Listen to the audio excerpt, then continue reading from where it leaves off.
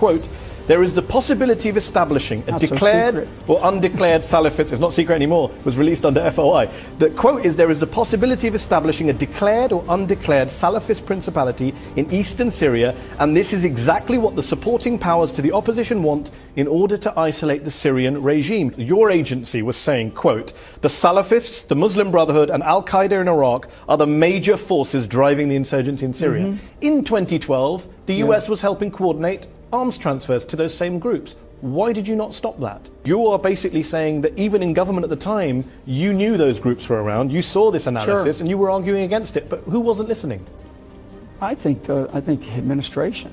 The administration turned a blind eye to your analysis. I don't know if they turned a blind eye. I think it was a decision. I think it was a willful decision. A willful decision to go support an insurgency that had Salafists, Al-Qaeda, and the Muslim Brotherhood. A willful decision to do what they're doing, which you have to really ask the president, what is it that he actually is doing with the policy that is in place? Why did you allow them to do that, General? You were in post. You were the head of the Defense Intelligence Agency. Well, those are policy. I took the liberty of printing out that document. Yeah. So let's get the obvious out of the way. One half of our government still thinks it's the 1980s and that the Cold War never ended. Then there's the other part of our government, the Obama part, the radical Islamist sleeper cell part. So on the one hand, you have the Republicans in Congress waging a Cold War, and on the other hand, you have a terrorist in the White House waging a covert war against the American people. Obama bin Laden is his name, and terrorizing the American public is his game. How do we know? Well, let's check our list to see who's been naughty or nice. Who opened the borders? Obama, check. Who set up sanctuary cities? Obama, check. Who fired half the generals in the military? Double check. Who doubled the debt? Check again. Who fucked up healthcare and made it twice as expensive? Triple check. Who destroyed American families? Check.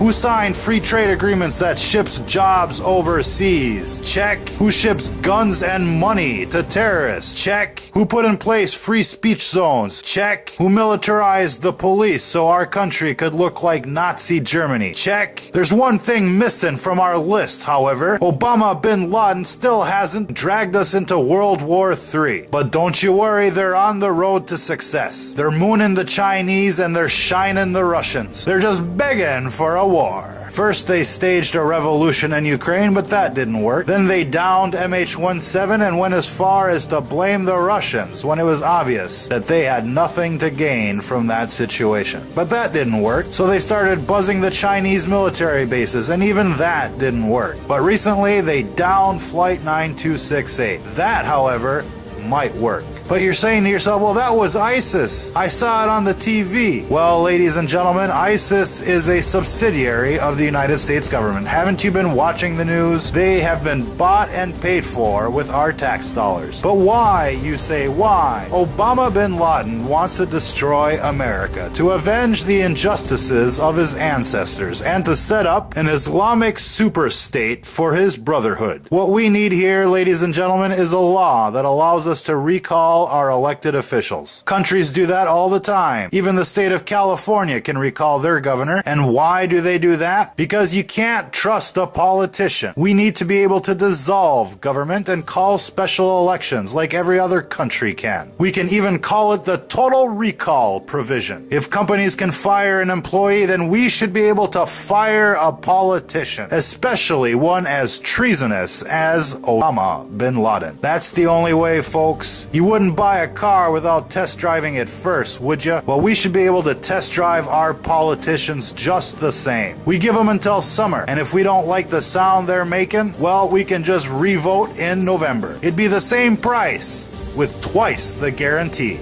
4 years in office is far too long for a tyrant. Elected officials keep thinking they can just take us for a ride. Well, there will be no free ride, no free lunch with the Total Recall program. Total Recall. Write your congressman or congresswoman today. That's Total Recall, putting people back in charge of their government. Total Recall. Call today.